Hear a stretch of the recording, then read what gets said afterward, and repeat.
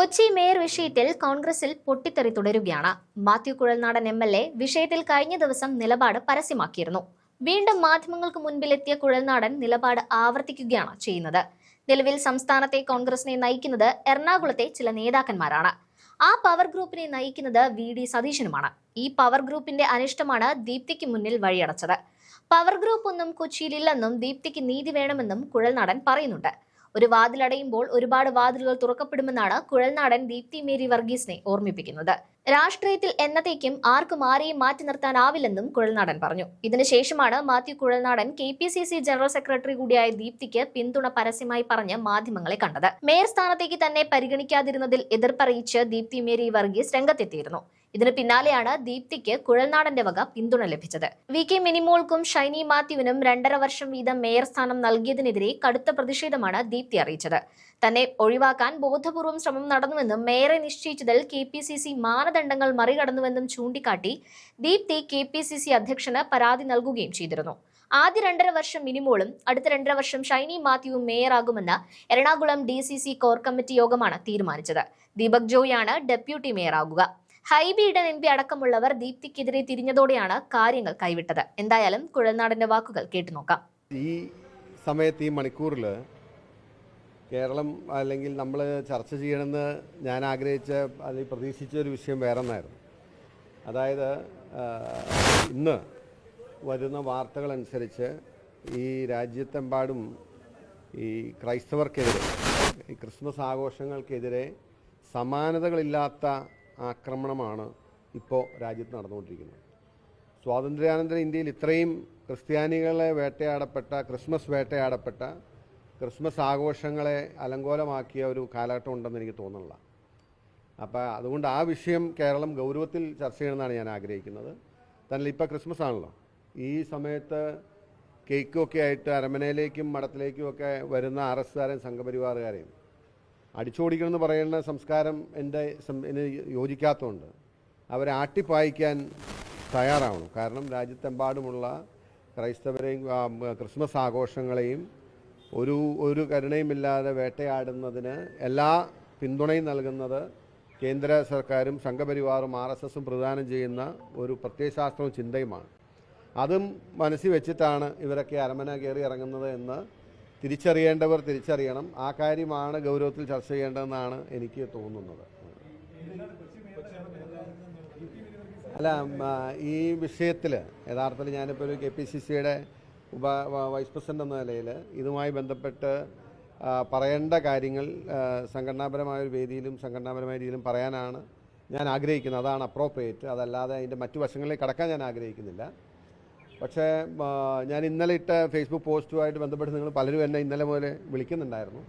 അപ്പോൾ അതുകൊണ്ട് അത് എക്സ്പ്ലെയിൻ ചെയ്യാൻ ഞാൻ ബാധ്യസ്ഥനാണ്. ഞാനത് പറയാൻ കാരണം എന്ന് വെച്ച് കഴിഞ്ഞാൽ എനിക്ക് അറിയാം, കോൺഗ്രസ്സിനകത്ത് ഒരു വനിത അല്ലെങ്കിൽ ഏതെങ്കിലും ഒരു വനിതാ നേതാവ് KSU കാലഘട്ടം മുതൽ, KSU കാലഘട്ടം എന്ന് പറയുമ്പോൾ 16-17 വയസ്സാണല്ലോ, അതായത് ടീനേജ് പ്രായം മുതൽ ഒരുപക്ഷെ യുവത്വം കഴിഞ്ഞ് 19 വയസ്സ് വരെ ഫുൾ ടൈം സജീവമായി രാഷ്ട്രീയ രംഗത്ത്, പൊതുരംഗത്ത്, സംഘടനാ രംഗത്ത് നിൽക്കുക എന്ന് പറയുന്നത് എന്തു വന്നാലും ത്യാഗോജ്വലമായൊരു പ്രവർത്തനമാണ്. അത് സാധാരണ ഞങ്ങൾ പോലെയല്ല. സ്ത്രീകൾ നിൽക്കുമ്പോൾ അവരൊക്കെ ഒത്തിരി പ്രയാസങ്ങളും ഒത്തിരി പ്രതിസന്ധികളും ഒത്തിരി വെല്ലുവിളികളും ഒത്തിരി ഒക്കെ സഹിച്ചാണ് അത് ആ കടമ്പ കടന്നു പോരും. ഇപ്പോൾ ദീപ്തി മേരി വർഗീസ് യഥാർത്ഥത്തിൽ യൂത്ത് കോൺഗ്രസ് ദേശീയ നിരയിൽ പ്രവർത്തിച്ച ആളാണ്. ഞാൻ യൂത്ത് കോൺഗ്രസിൻ്റെ ദേശീയ നേതൃത്വത്തിലേക്ക് എത്തുന്നതിന് മുമ്പ് അവിടെ ഉണ്ടായിരുന്ന ആളാണ് ദീപ്തി മേരി വർഗീസ്. അതുപോലെ ഞങ്ങൾക്ക് കുറച്ചധികം, ഒരുപക്ഷെ കോൺഗ്രസ് പ്രവർത്തകർക്ക് എല്ലാവർക്കും ഇഷ്ടം തോന്നുന്ന അല്ലെങ്കിൽ വൈകാരികമായ അടുപ്പമുള്ള വനിതാ നേതാക്കൾ ഈ പാർട്ടിക്കകത്തുണ്ട്. ഇപ്പോൾ ഷാനിമോൾ ഉസ്മാൻ, ബിന്ദു കൃഷ്ണ, ദീപ്തി മേരി വർഗീസ്, ഇവരൊക്കെ എന്ന് വെച്ചാൽ ഒരു ഫൈറ്റർ കാറ്റഗറി വരുന്നവരാണ്. അവരോടൊക്കെ ഗ്രൂപ്പുകൾക്ക് അതീതമായിട്ട് അല്ലെങ്കിൽ അതിനപ്പുറം കോൺഗ്രസ് പ്രവർത്തകർക്കൊരു വികാരമുണ്ട്. അപ്പോൾ സംഘടനാ രംഗത്ത് നിന്ന് പ്രവർത്തിക്കുന്ന ഒരു പ്രയാസവും ബുദ്ധിമുട്ടും അറിയാത്തവരല്ലല്ലോ നേതാക്കന്മാരാരും. അപ്പോൾ ഈ തവണ ഞാൻ സംസാരിക്കുന്ന ഇപ്പോൾ KPCCയുടെ ഒരു നോംസിനകത്ത് നിന്ന് എനിക്ക് പറയാൻ കഴിയും. അപ്പോൾ അത് നിങ്ങളുടെ കയ്യിലുള്ള പബ്ലിക് ഡൊമൈനിലുള്ള കാര്യമാണ്.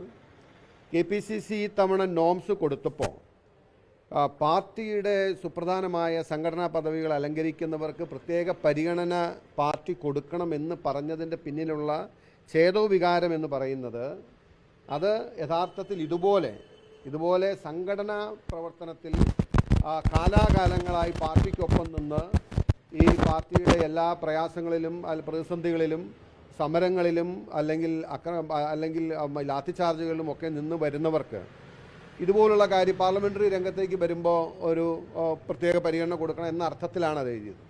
അങ്ങനെ നോക്കുമ്പോൾ കേരള പ്രദേശ് കോൺഗ്രസ് കമ്മിറ്റിയുടെ ജനറൽ സെക്രട്ടറി ആയിരിക്കുന്ന, മേള കോൺഗ്രസിൻ്റെ സംസ്ഥാന നേതാവായിരുന്ന, യൂത്ത് കോൺഗ്രസിൻ്റെ അഖിലേന്ത്യാ സെക്രട്ടറി ആയിരുന്ന, KSUവിൻ്റെ നേതാവായിരുന്ന, അതിദീർഘകാലമായി പൊതുരംഗത്ത് നിറഞ്ഞു നിൽക്കുന്ന ഒരു വനിതാ വ്യക്തിത്വം എന്ന നിലയിൽ ദീപ്തി ഒരു പരിഗണന സ്വാഭാവികം. ഞങ്ങൾ മാത്രമല്ല, പാർട്ടിക്കകത്ത് മാത്രമല്ല, ഒരു പൊതുസമൂഹത്തിൻ്റെ വലിയൊരു താല്പര്യവും ഇഷ്ടമൊക്കെ അതിൻ്റെ അകത്തുണ്ടായിരുന്നു. അപ്പോൾ അങ്ങനെ അവർ പരിഗണിക്കപ്പെടുമെന്നാണ് ഞാനും കരുതിയിരുന്നത്.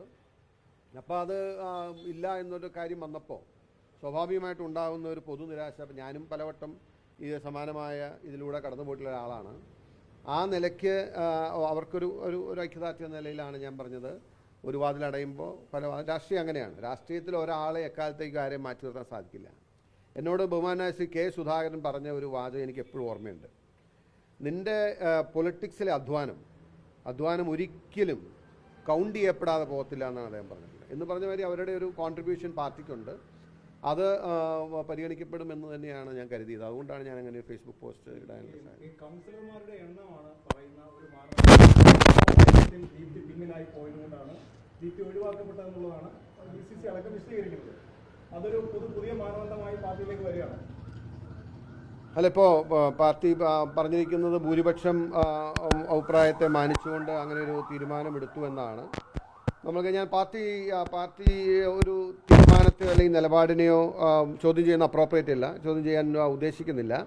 പക്ഷെ ഞാൻ മനസ്സിലാക്കുന്നൊരു കാര്യം, പാർട്ടിയിലെയും പാർലമെൻ്ററി രംഗത്തെയും എല്ലാ പദവികളിലും ഇങ്ങനെയൊരു ഭൂരിപക്ഷാടിസ്ഥാനത്തിലാണ് ആളുകൾ ഇരിക്കുന്നതെന്ന് പറയുന്നത് ശരിയല്ല. പാർട്ടിക്കകത്ത് ഈ എല്ലാ തെരഞ്ഞെടുപ്പുകളും എല്ലാ തീരുമാനങ്ങളും ഭൂരിപക്ഷത്തിൻ്റെ അഭിപ്രായപ്രകാരമാണ് എന്ന് പറയാൻ കഴിയില്ല. അതൊരു യാഥാർത്ഥ്യമാണ്. അത് സംഘടനാ രംഗത്താണെങ്കിലും പാർലമെൻ്ററി രംഗത്താണെങ്കിലും ഭൂരിപക്ഷാടിസ്ഥാനത്തിലുള്ള തീരുമാനങ്ങളല്ല എപ്പോഴും എടുത്തത്. അത് പാർട്ടിയുടെ ഉത്തമ താല്പര്യത്തെ പ്രതി പാർട്ടിയുടെ എല്ലാ സാഹചര്യങ്ങളും പരിശോധിച്ച് ഒരു പൊതുവികാരം മാനിച്ച് ഒരു പൊതു അഭിപ്രായ ഐക്യത്തിൻ്റെ ഭാഗമായി, അല്ലെങ്കിൽ ചിലപ്പോൾ പലപ്പോഴും ഒരു മുന്നോട്ടുള്ള യാത്രയ്ക്ക് അനിവാര്യമാണെന്ന് വരുമ്പോഴാണ് നമ്മളത് ചെയ്യുന്നത്.